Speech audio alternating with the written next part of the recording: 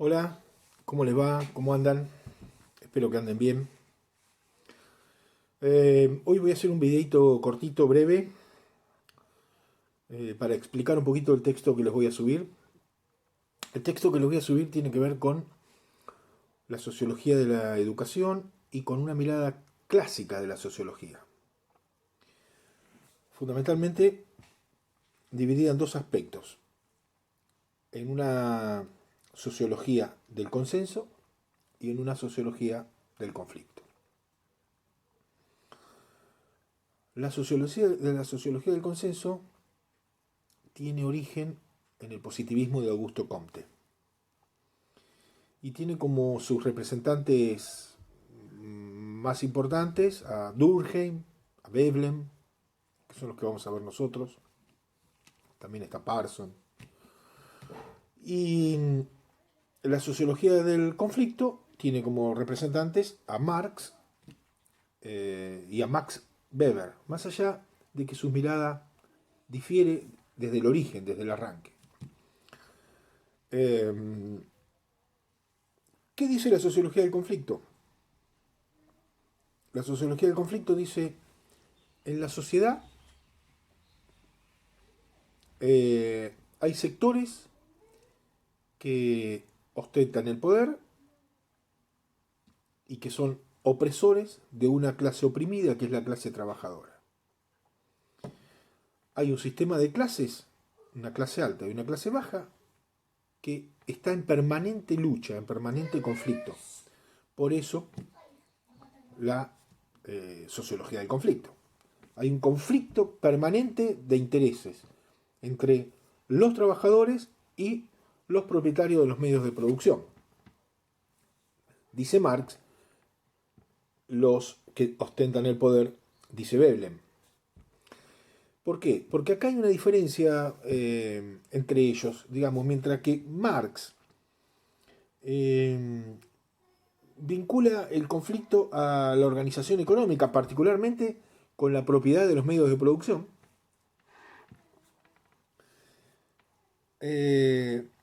Weber, Max Weber, en cambio, lo vincula con el poder, con los que ostentan el poder. Y ahí es donde arranca, digamos, una diferencia entre ellos. Pero la mirada en sí sobre la sociología del conflicto es la misma.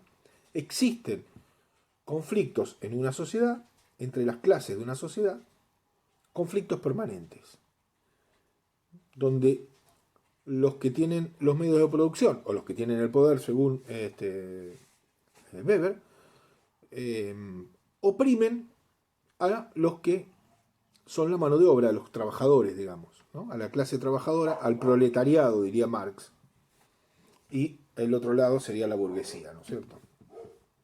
Bien, esa es la caracterización que hace la sociología del conflicto. En cambio, la sociología del consenso, que ya les dije, tiene origen en el positivismo de Comte, ve como una cuestión de equilibrio. Ve como que hay un acuerdo tácito en la sociedad, en donde es normal que haya gente que tenga más y gente que tenga menos. Donde haya gente que tenga la propiedad de los medios de producción y donde haya gente trabajadora que aporta esos medios de producción. Digamos, es como un equilibrio, como que hay un consenso tácito. Por eso, sociología del consenso. Representantes ya les dije. Durkheim, que son los que vamos a ver, y Veblen. Ahora, ustedes vieron que nosotros con Filmus hablamos de que la educación siempre está ligada a un proyecto político, ¿no? La política y la educación están, digamos, siempre van de la mano, porque la educación responde a un proyecto político siempre. Ante esta mirada, la educación para la sociología del conflicto tiene unas características y la educación para la sociología del consenso tiene otras características. Para la sociología del conflicto, digamos, para el marxismo, la educación, como parte de ese engranaje de poder que tienen justamente los propietarios de los medios de producción, pero además los que ostentan el poder y el poder político, digamos, tiene la característica reproductora. Es una educación que va a reproducir las condiciones sociales existentes. ¿Por qué? Y porque al que ostenta el poder le conviene mantener esta situación eternamente, porque está arriba de la pirámide. Entonces, la educación para el marxismo es una fuente de reproducción de la situación social. Digamos, en la escuela no va a cambiar nada, según el marxismo. La sociología del consenso tiene otra mirada. Dice no. Como acá hay un acuerdo tácito en donde hay algunos que están arriba y abajo, estos de abajo en algún momento van a estar arriba, van a subir. ¿A partir de dónde? Y a partir, entre otras cosas, de la educación. La educación es un peldaño para subir de clase, para subir a otra instancia en la sociedad, a una instancia superior. Es decir, la educación como ascenso social en la sociedad. ¿Qué les puedo decir? Que como siempre hay una línea entre medio, ¿no? Es cierto que, como dicen los sociólogos del consenso, la educación puede permitir un ascenso social, pero esto no basta. Bajo ningún punto de vista basta, ¿no? Aquellos que nacen en condiciones más desventajosas van a la escuela y no siempre cambian esas condiciones desventajosas, ¿no? Porque la situación social, las clases sociales persisten a partir, además de la educación, digamos, ¿no? No está muy claro lo del consenso, que sea así, digamos, que más que claro está que el que pasa por la escuela no necesariamente asciende socialmente. Que sí en estos tiempos es un paso necesario, y sí es un paso necesario. ¿Hay mejores condiciones? Hay mejores condiciones. Ahora, de ninguna manera bastan, por supuesto, para hacer un ascenso social. Además, un ascenso social que cada vez está más restringido. Por algo, la base social baja cada vez es más amplia y cada vez hay más desigualdad.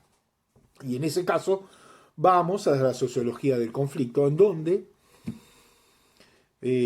pareciera también que Marx tiene algo de razón cuando plantea que lo único que está haciendo la educación es reproducir las diferencias sociales y lo establecido socialmente. Porque es cierto que no hay grandes cambios, ¿no? Que no hay grandes cambios en la sociedad, que aparentemente cada vez hay más desigualdad. Y si no hay más, es la misma desigualdad.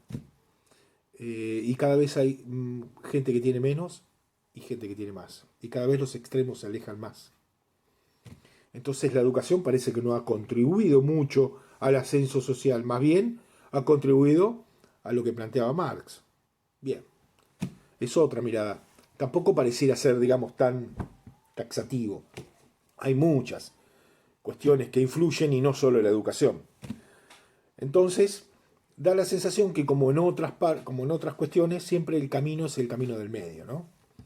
Teniendo en cuenta que algo de razón tienen ambas. Tanto en el punto en donde, sí, la educación es una condición, digamos, necesaria, quizás, para el ascenso social, no de ninguna manera es suficiente.